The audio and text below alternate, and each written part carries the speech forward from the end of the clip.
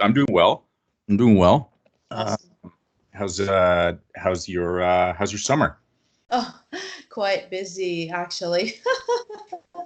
I after we finished the winter course, I took I took a couple weeks vacation just to recharge, Yeah. and then I started working on my courses for next semester, which is the fall. So Mhm. I'll be doing the same course that I taught you, the intro for sustainability, environmental sustainability, and I'm doing the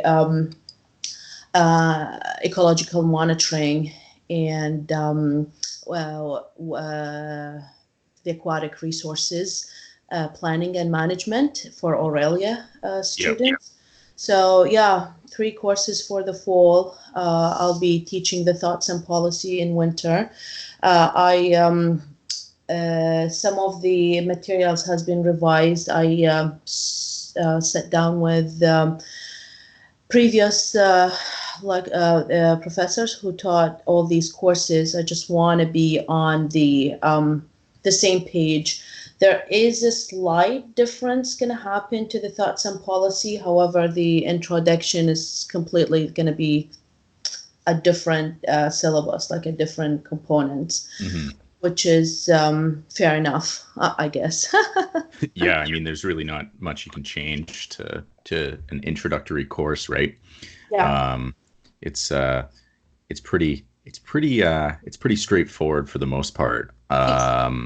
Exactly. No, you know what? I was talking to the dean, actually, trying to understand what is the background of the first year student they're expecting.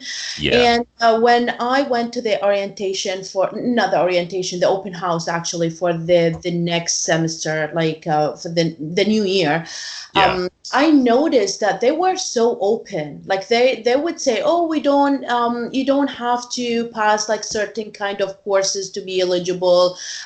It's simple, it's easy." And I was okay with that, but Yeah.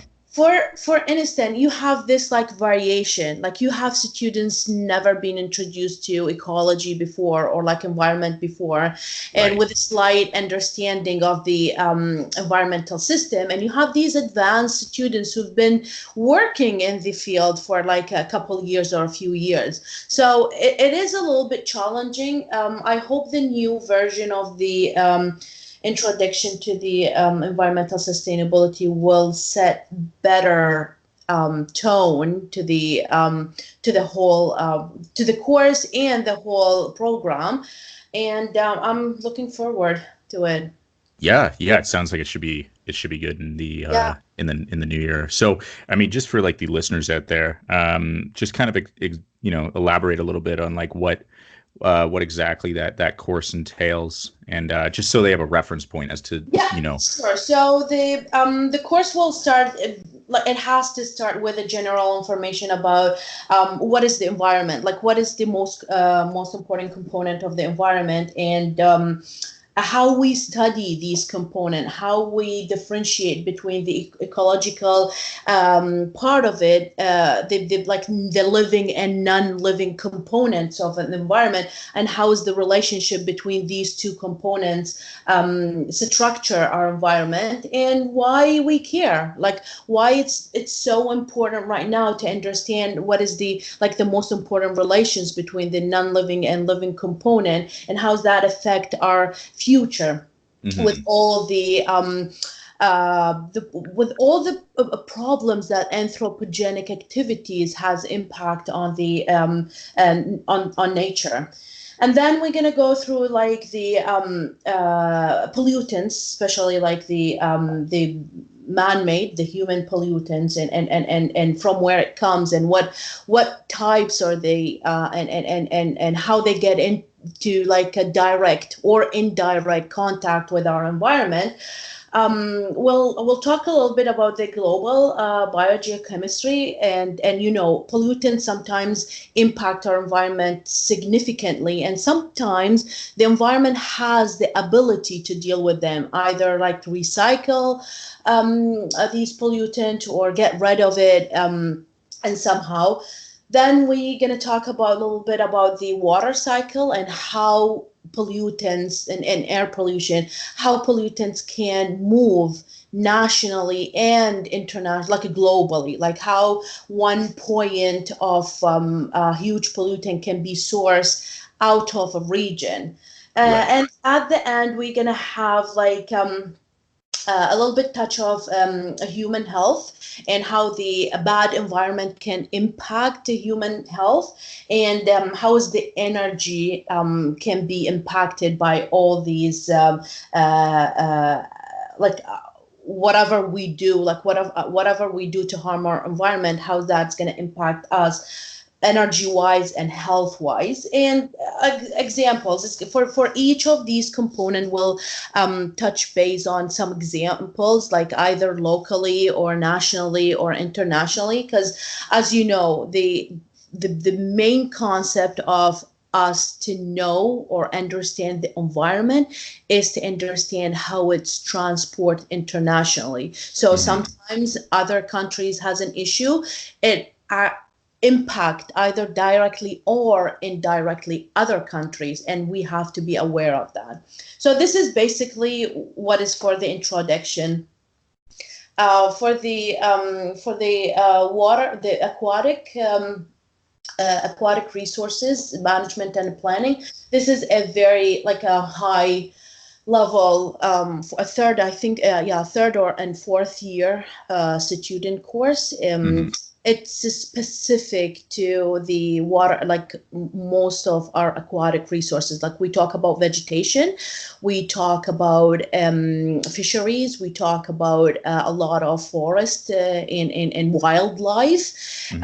And that going to go into three directions. First of all, we identify our resources, and when we're going to say, okay, this is a local resource, or like a national or provincial, even provincial resource, and what are the principles, like the government, like a provincial and regional principles to protect that nature, or this is specific nature. I would actually have a little bit talk about wetlands, because I just finished the Ontario wetland evaluation system. Yeah. Tell us about that. And that's amazing. Actually, this is like a course number one for students who really appreciate aquatic system. First of all, like it's aquatic 100%, and who wants to work in conservation and restoration.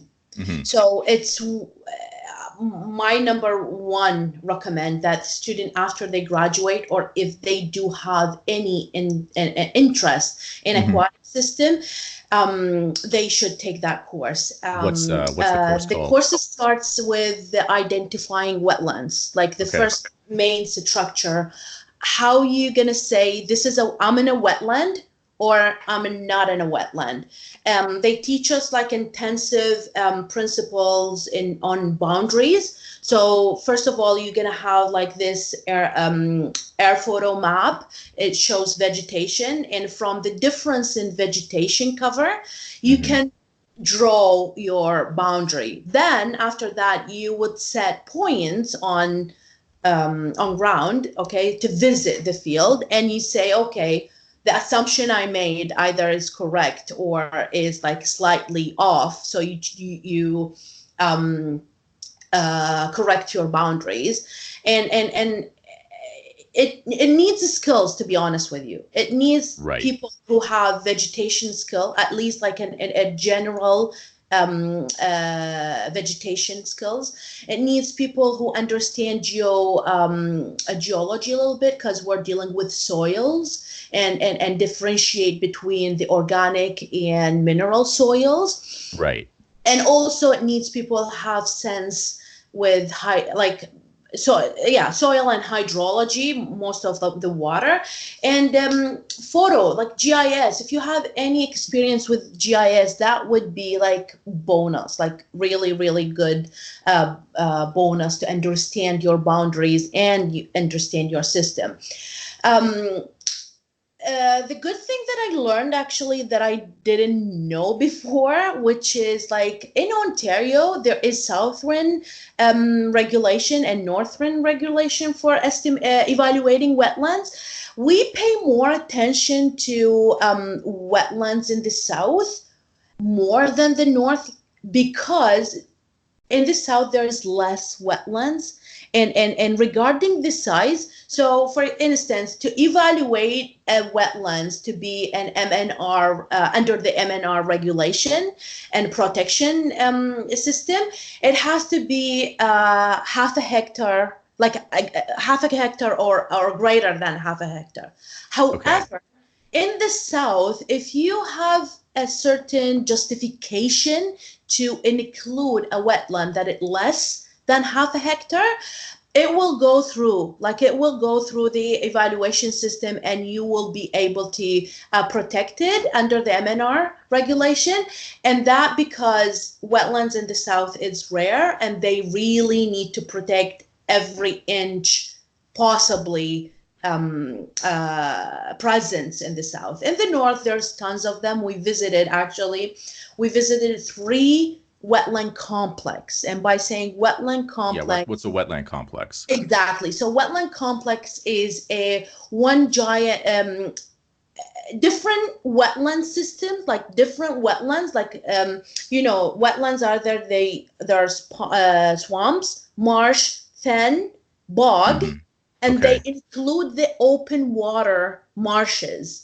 Okay, so this is the fifth one that it's been included. So there is 5 of them.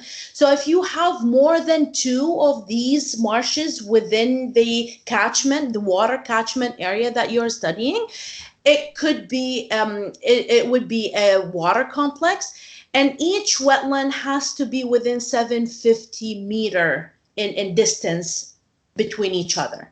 So if you have like a big marsh, and on the north of it, within 500 meter, you have a swamp, a really small swamp. You can attach this swamp to your marsh, and you can call it wetland complex. Okay. And that makes sense. Yeah, and that's really one thing that I've learned, because from where I came, the dominant wetlands are marshes. We didn't have in the Middle East any of swamps or bogs or fens. We just have marshes. So I was like so interested to visit these other kind of wetlands and be there and see the differences in vegetation and water cover. So and we had the opportunity to actually visit more than 6-7 sites. So and we covered all the sites except for bogs. Bogs are very, very rare. However, their habitat is so close to a fen. So it's just the difference between how much vegetation indicator. So if a fen, you call it a fen if there is over 14 species of fan indicators present. If it's less than 15, you call it a bog. So it's the same system. It just depends on how many species you identify. So for that reason, I'm telling you, vegetation knowledge, it's really a plus for a person who have a vegetation knowledge to go to that course and pass with full understanding. Yeah. So then do they come away with like a certification or like what? Yeah. Okay. Yeah. So you will be certified by MNR to be a wetland evaluator. Okay. Wetland evaluator can work in conservation authority, especially with those who works in restoration and inventory, like vegetation inventory. And also you can work with local private companies that focus on negotiation land and development, because and there is if there is a wetland, you have to evaluate if you're like doing a development or like building something, and in the area that you're bidding for there is a wetland, you need to do the evaluation to say if this wetland uh, sit within the regulation of the MNR to be protected, so you cannot touch it. Okay, and if it's not, you can negotiate how you like, if you want to move it or if you want to like do other like you negotiated with the conservation authorities to be able to get the permit for your development. So Right, right. yeah. And so now is that like that's a pretty lengthy process? Like from what I've researched, that's it can either be lengthy or it can be like super quick. So It's like a dense course. yeah. It comes with a manual. Hmm. So the MNR, they already publish in its own line.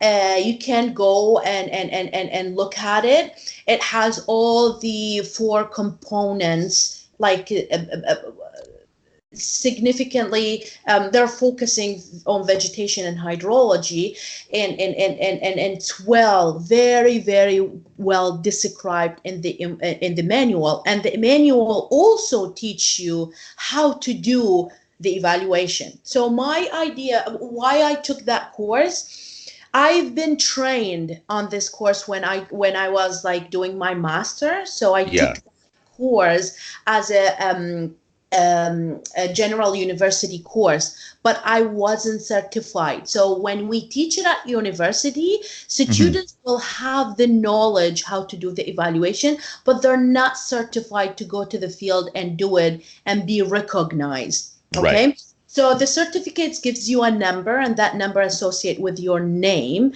So in the future, when you're gonna do it for a company or a CA, they have to know that you are certified and your name has a number under the MNR and the MNR system, so they know that you're certified to do that work, and then they look at the file that you submit for your evaluation. So when what I'm doing, I'm gonna teach wetland. I taught wetland ecology 2 years ago, and it's provided every other year. So I'm hoping that I'm doing it this year too. Hmm. The reason I took that course is to update my knowledge, because the last time I took it, that was like 2005, which is Wow. like Asian ago. So I Yeah. just wanted to be up to date and have the recent revised manual that I can like teach to the student. I'm not going to go through all the aspects or even the evaluation scoring, because that's going to take more than 7 weeks actually of work. Right. And come from like zero knowledge. Students usually we expect the student have zero knowledge about the concept that we teach them, Yeah. or like at least a 25%. But to take that course, you really need over like 50% of, or like 60% of understanding what is wetland and what is the function and value of wetlands to be able to pass that course. Right. Right. So you should probably know what you're getting yourself into prior to Exactly. doing So it. what I'm Okay. thinking is, if when I'm gonna, if I will have the opportunity to teach these students Hmm. this course, I will provide them with the 50 to 60% they need, so they would be able to take it right away after they graduate, and that would make a huge difference in their career, because these kind of courses consider like Right. intermediate knowledge or level. So if they Hmm. have it in their junior, they're like a bonus, a high bonus for them to get hired. Right. And they go into Yeah, that field with that expert exactly, knowledge and they're exactly, not, doing some weird pseudoscientific thing where exactly. they're just Yeah. yeah. Okay, interesting. So you said that you did your in 2005, that was your master's. Where were you where were you going to school at that point? Well, I did my master at University of Waterloo. Hmm. And started. I came 2005 actually for 6 months of May. May Okay. 2005 for 6 months training program. Right. After the training program finished in December, early December, my supervisor, who invited us under the a special program, was funded by Canadian International Development Agency, Okay. and he offered me a full scholarship for my master, and he said that that would be a great opportunity for the capacity building to go back to Middle East and carry that knowledge and teach it over there. And I was like really fortunate because we were five and only two of us got this opportunity. And yeah, I started my master in January 2006, and I finished it in August 2008. At that time, I had the opportunity to go back and forth because I was studying the restoration of the Mesopotamia marshes. So my field was in the Mesopotamia, but my education was in Waterloo. So whatever I learned, like either a technical or like theoretical knowledge, I will apply it back home. And I had the opportunity to teach undergrad student at that time most of the principles that I was learning at the University of Waterloo at that time. After I finished my master in August 2008, my supervisor came back to me and said, "Hey, listen, we still have a little bit much money in the budget. Would you be interested to do your PhD?" And I said, "Oh yeah, of course." What a Yeah, question. yeah, yeah. I mean, Register me right away. I'm taking this opportunity. And that I call it like the luckiest moment of my life, because I was the only person who offered this opportunity, and I was like so grateful to continue working on the Mesopotamia marshes and continue doing my research. And instead of like for my master, I did the nutrient budget for the whole, like for one of the wetland complexes there. right. For my PhD, I had the opportunity to do the whole ecological assessment. And the ecological assessment, it has to have a three component of the environment. So when you do assessment, you have first of all Yeah. What are the three components? yes, you have first of all you have to incorporate the living component and the non-living component. So Okay. we studied you have the choice for the living component, which is the biological component. You have the opportunity to choose any level of the food web. So either you go from phytoplankton up to zooplankton, up to like cover, vegetation cover, or like fish, or also the social component, which is a human.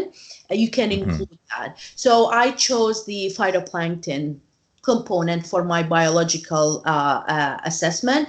For the hydrological assessment, our wetlands is a riverine system. So I had to do a lot of river hydrology, like a water budget and water flow and discharge. And the third component is the connection, is where the you do CAA, the what we call it is the assessment of the relationship between the biological and non-biological components. So you have all your data, you structure the research based on investigation, each part a size, and the last component is to bring these two parts together under one scale. Okay, so and that was I used the principal curve, the principal redundancy curve, which it is a little bit different because our marshes dried for a period of time, 10 years, Oh, and wow. yeah, and they just reestablished they opened the water and get them flood recently, like after 2003. So these curves allow you to see the difference of the rehabilitation, like how well the wetlands doing if you have a previous like previous data, like a data from before the drainage. So I had that data. So I connect this data with the data that I have, and it shows a significant improvement in some parts of the marshes rather than others. And that actually helped with developing the the master water budget plan for the marshes, because they gave the priority for the marshes that is really doing well, rather than marshes that it's like there's no hope, So we focus on nourishing the ones that it's like growing, and less focus went to the marshes where like mostly oiled field, and there's no hope for them to Yeah. yeah, which is good. Mm-hmm. Mm-hmm. Clearly. So when you were doing, like, that was in 2005, right? That Um, was my PhD was in it started 2008, and I okay. finished it in 2015, and I had Okay. to like maternity leave in that period. Right, right, right. Life stuff happens. Exactly. Um, what was that like? Like being in that part of the world during that portion, that period of time during the American occupation, like the Western occupation of the Middle East. Like what was that like? Like how did that shape your like your perspective of the world, your perspective of Canada, your perspective of just life in general? Like how do you think that impacted you, like to Well, I then first of all, I to be honest with you, it's a little bit hard because I don't want to thank this what happened. Like I don't want to feel like I'm so happy that this has happened. Otherwise, I would never have this opportunity. yeah. But on the other hand, I have to be grateful for a certain percent to what happened to Iraq at that period, because we would never be exposed to the what we call it there, the other world. So we live in one world, like we live in a very, very isolated.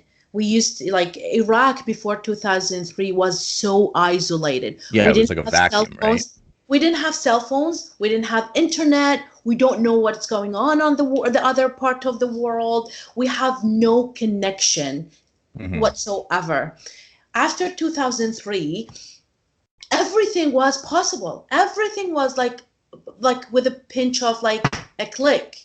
Hmm. So and me for me, and I was like just graduated from my undergrad. Like I just got my bachelor in biogeochemistry, and I was like so ambitious to do my like to complete my education. I always had this point that I want to do master and I want to do a PhD.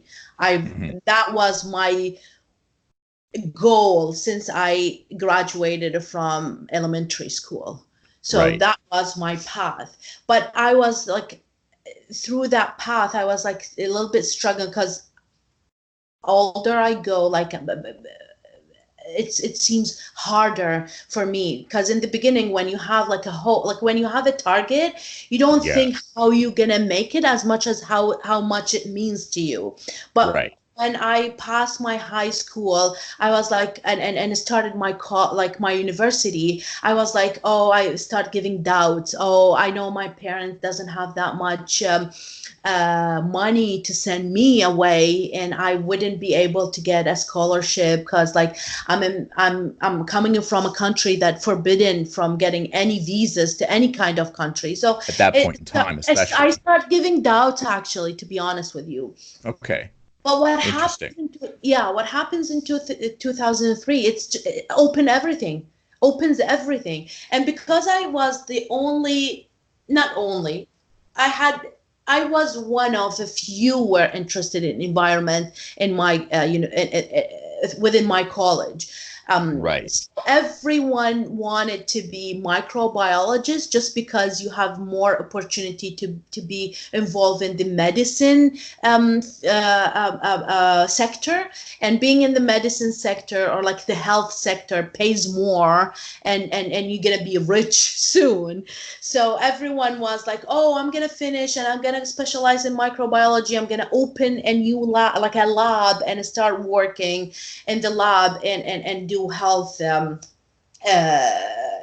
like associate with the Minister of Health or something. I was one of the few who wanted to be in the environment sector and look for challenges. So I was lucky. One of my supervisor at that time in the undergrad was the director of the foreign affairs department in the University of Baghdad. So he Okay. was the first contact of researchers, the U.S. Army Hmm. researchers who came to look for the Mesopotamia marshes, because the Mesopotamia marshes was number one, let's say, the for people who um, got suffered and left the area. They Hmm. most of them migrate, Okay. and these people mostly are located in the U.S. and had this like parties where like telling people about how the marshes were so nice and well, how the culture and how the civilization start there. And what Saddam did is dry this significant land, and U.S. Army has really a huge interest into to reestablish these marshes again. So the Right. first contact was my supervisor. They came and talked to him, and they said, do you have any ability, are you interested in working with a collaboration with us to start a research center in the southern of Iraq to study the marshes? He Hmm. was like, he said yes, of course, and he started to contact his students who seems interest in the environment, and I was one of them. So Oh, he wow. contacted me, yeah, and coming from not very strict family, but I Yeah. would say my family a little bit liberal, and the liberal side. So he was like, when he talked to me and said, oh, I know that your family might not like this idea, but we're gonna look allocate, like we're gonna live half of the time in the marshes. Would you be okay to be away from home? Would your parents allow you to do that? I said, okay, let me check. I went back home and I said, this is the opportunity. This is what I'm gonna do. Okay. And my Right. mom said, yeah, okay, I'm fine. My dad surprisingly said, okay. I think that was my destiny, like a Hmm. call from God or something like that. Otherwise, the whole family was rejecting, like that the part of the family, my aunts, my uncles, like everybody. No, no, no, no. We're not sending our daughter like to the middle of nowhere, not knowing what she's going to do and what's going to happen to her. But my mom and my dad, they had like a really good trust on me, and I made it. Yeah. And I mean, yeah, clearly. yeah. It's yeah, that's important. That's important having that support structure there, right? That, there's someone is gonna support that idea and support Mhm. you along the way. Exactly. That's really, really important. Especially if you're like just basically at that point you're a kid from the Middle East and you're trying to Hmm. figure out, what is my position? Like, what am I supposed to do here? And it just kind of happened that you're at in a lot of ways the right place, the right time. Exactly. And it was almost like an act of rebellion because you went against the grain as to what the cultural norms were, Hmm. right? And even like the cultural norms for like your parents to say, yes, you have our faith and our good wishes and you have us backing you. It's really important. But that's the thing is that when you have that, it's in and it becomes that much easier to try to pursue those ideas, right? To try to And let me, pursue and to better yourself that way. yeah, let me tell you something very important. There is hundreds of me back there, and unfortunately, because of their families like so strict, they couldn't have this opportunity. And I'm 100% sure if these people had the opportunity, especially women, if they had the opportunity of like family understanding as I had it, they would be like brilliant, and they would Mm-hmm. do maybe way better than I've done in my whole career. And I'm sure, but unfortunately, in our culture, family has the final decision and the final word, and it could impact your career like dramatically. Yeah. Well, and that's exactly it, is that it can impact your career dramatically, and it can totally change the direction of your life. And that's a good point, that like there's a there's hundreds, if not like thousands of people just like yourself Yeah, who, but they didn't get that opportunity because of the circumstances that they were basically born into. exactly. And it's but it's, I guess it's difficult for people in the West, or people who come from like certain privileged backgrounds, to try to wrap their head around that. Yeah. Because sometimes it's like kids are, and young people are like, hey, I want to go, like there's a level of there's a certain level of gratitude Mhm. that sometimes is just missed. But at the same time, and that happens in the West, right? And it's kind of weird how you have the two different types of like, there's two different like almost like a yin and the yang here, where it's like, on one hand you have a family who's like super strict, and Mhm. they don't want you to do that because of like cultural norms, faith, whatever it might be. And then on the other hand, you have like families and young people coming from like disenfranchised neighborhoods, where it's like, their parents are on pills, and Oh yeah. the kid doesn't have an opportunity. He has never even seen what like they, or whatever they might be, like they've never had that opportunity to have someone sit down with them and say, Yeah. you have that, you can do well in school, you can do well in sports and everything else. And they've never had that opportunity. And there's like, there's, on one hand, there's people who care too much, and then there's people who just care too little, Yeah, right? And exactly. it's like, it's coinciding that with like the issue about with the environment.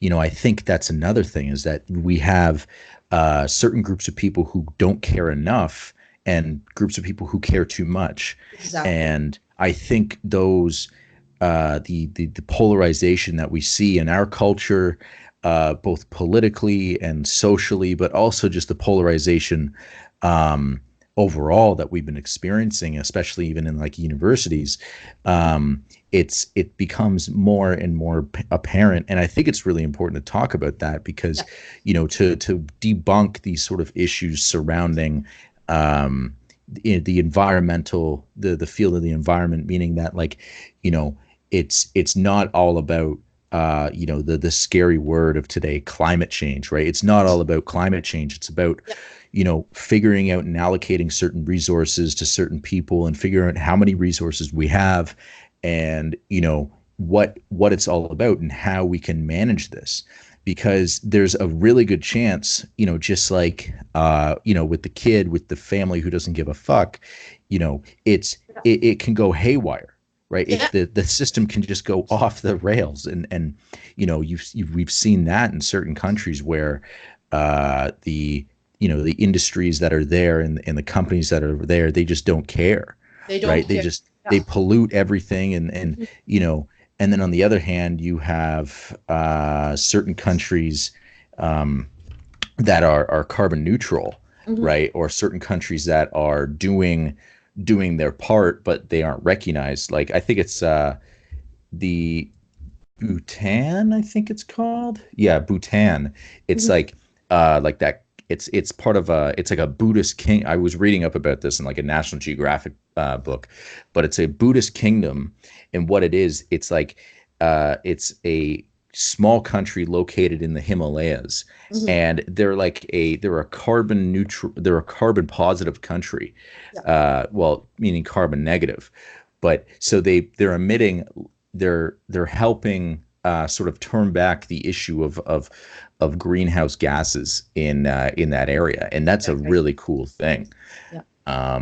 It's so crazy because, on one hand you have this, like, to the south you have India, which is just, in some parts it's just like pollution everywhere. You can't, Everywhere. Exactly. and then you go to China, right? And it kind of can be the same thing. But then in the middle of all that, and in the midst of like what seems like pretty well chaos, it's just this carbon negative country Hmm. that's doing such a good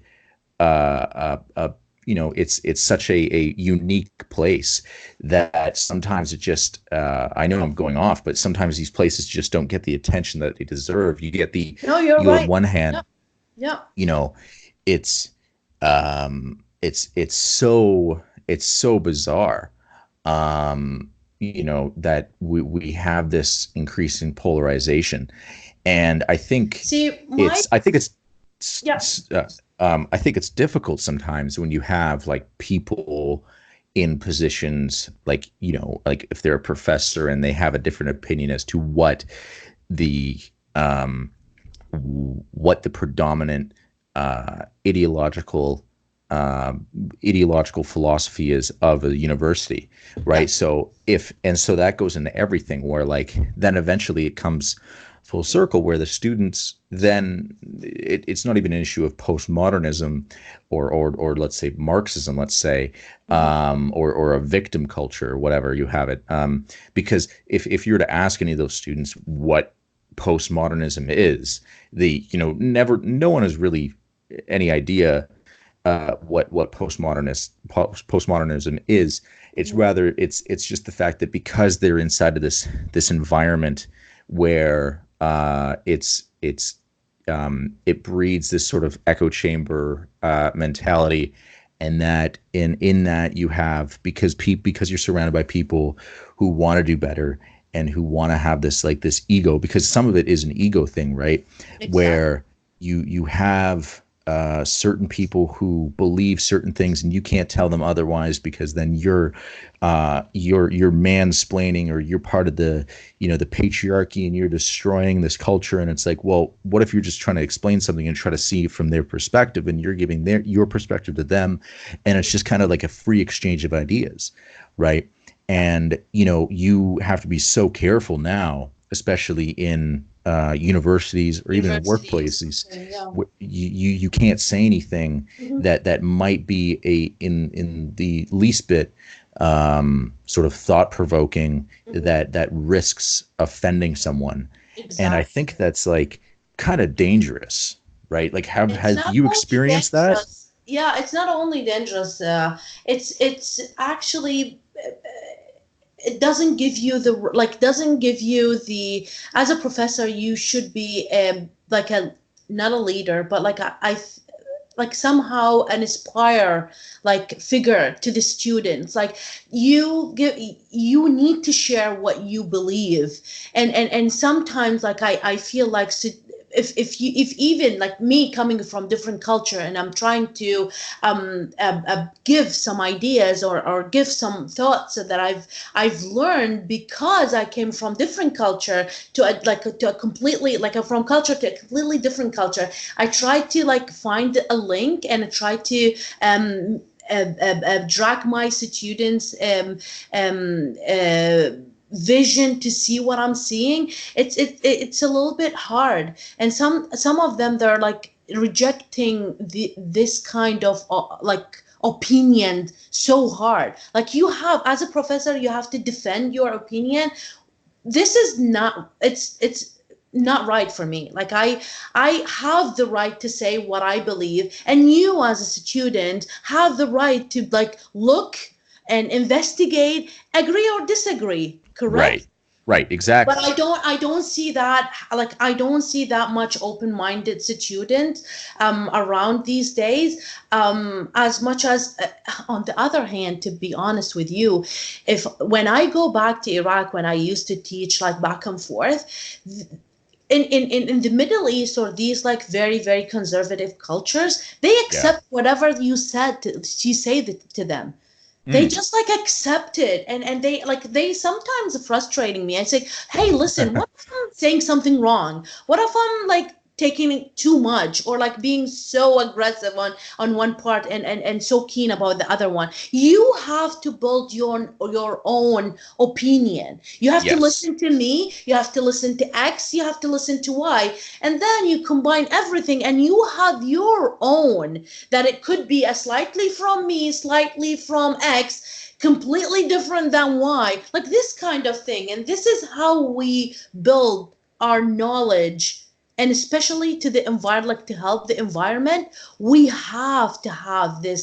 We have to have this mentality. I've been in a lot of government in high agency meetings where Hmm. like people, their one main concern is how to gain benefit of what they are doing. It's not Right. like really they care about the environment, but like, okay, we have like that much $1 million, we're gonna spend X, and the most important thing is how much Y we're gonna get.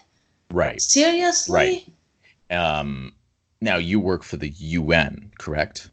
I That's worked a correct. little bit in contact with UN, the IUN's International Union Conservation and for Conservation in Nature is a huge agency within the United Nations, actually, and we worked in term of awareness and capacity building to educate people how important wetlands in the southern Iraq, because it's been taken for oil companies.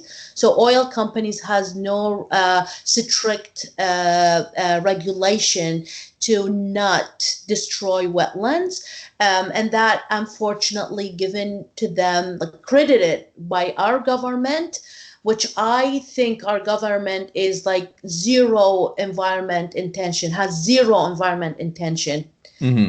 neither to protect nor to care. Like sometimes you care, Right. but you have no, like no resources to protect. Like you care, I want to do that, and you try your best to have something to protect your nature, but they don't care and they don't want to. Like, okay, take it all for the oil and just give us money, which Right. is which is really devastated me, because I've seen the same companies working in the US, working in Australia, working in UK. They care much because of the like the country's regulation. Hmm. Hmm. So why the same company works in UK, cares about environment, like air pollution and wetland deterioration, and when they the same company comes to Iraq, they don't care. Why? Right. Right. Now, do you think it's because they have some sort of like legal obligation in the countries that they're based in, or like do you think it's Exactly. yeah, Yes. Yes. yeah, Because when a country respect its nature yeah, and put really strict regulation to protect the nature, foreigners cannot, even local people cannot play with that, cannot even pass. This is a red line. This is like no, no, no, a big no. So you can't do anything. But if the country doesn't care, you go and do whatever you want. No, like nobody care why I should spend that much millions to make a green zone to protect the air quality, where I don't have to do it. I don't have to do it. This country doesn't care about the air pollution. They have no regulation. Their Ministry of Environment have no regulation to protect the air quality. So why I'm spending that much money to build or construct a green zone? right. So yeah. Now, do you think a lot of it is just because when I look at it, I think a lot of it is just like might be momentum that we kind of started out with developing fossil fuels, and we just didn't. The people who were in charge just didn't think that this would have exploded and kind of become the thing that it is, and Yes. that everything just kind of has propagated on just this like momentum of like decision making, Yeah. that like if you were an alien and you were looking down at the earth and you were thinking and you saw people literally blowing each other up over some black tar that has been in the earth for like thousands of years, that somehow, you know, these naked chimps that are running around with nuclear bombs are willing to blow themselves up. I mean, Yeah. you think it'd be ridiculous, right? Like you'd be like, what are these guys doing? Mhm. And I think it's, Exactly. See, but what I understand from this whole point of like pollution and using fossil fuel, or like using nature or the resources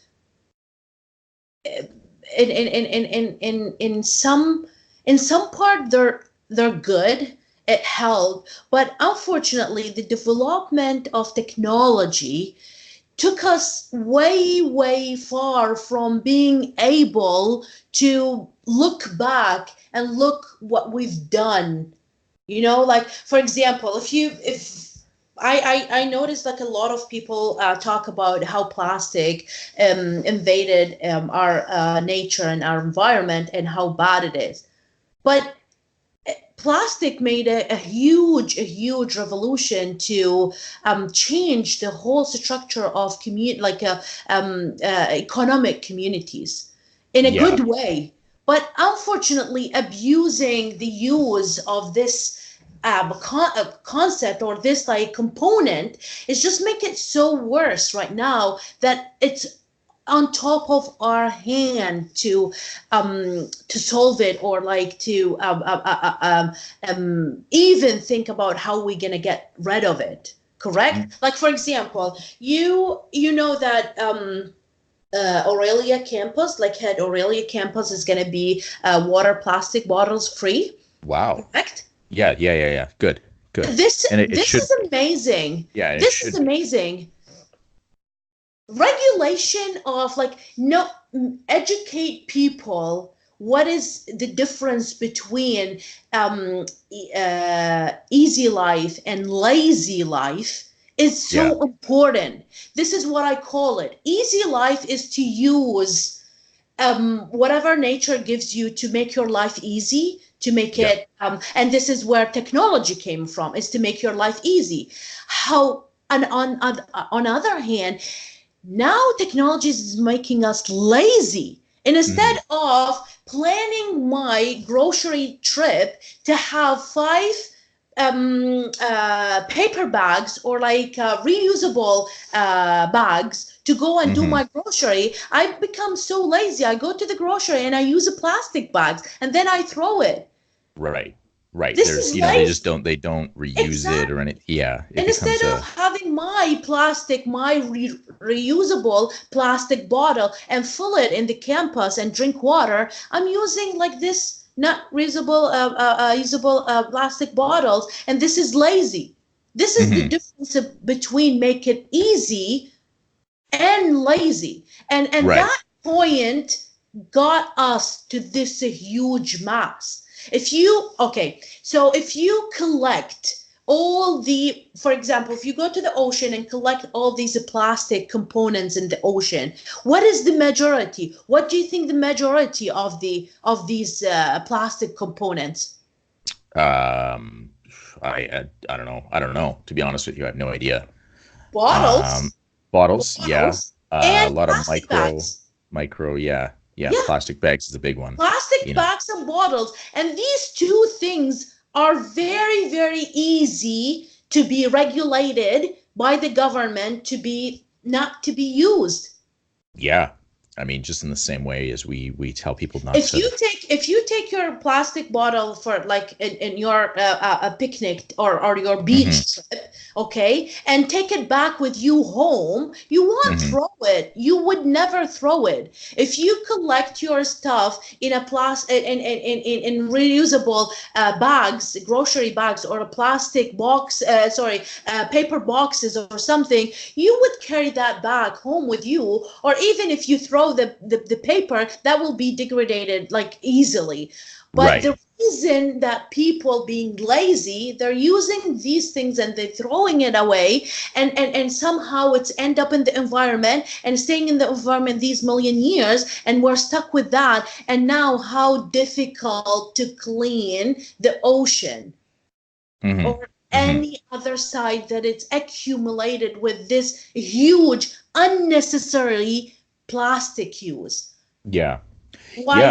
While if you take a plastic and think about joints in a human's body, if you're replacing these joints like impacted joints or vertebrates and putting these plastic components, that's comparing to how much plastic bags you use your whole life.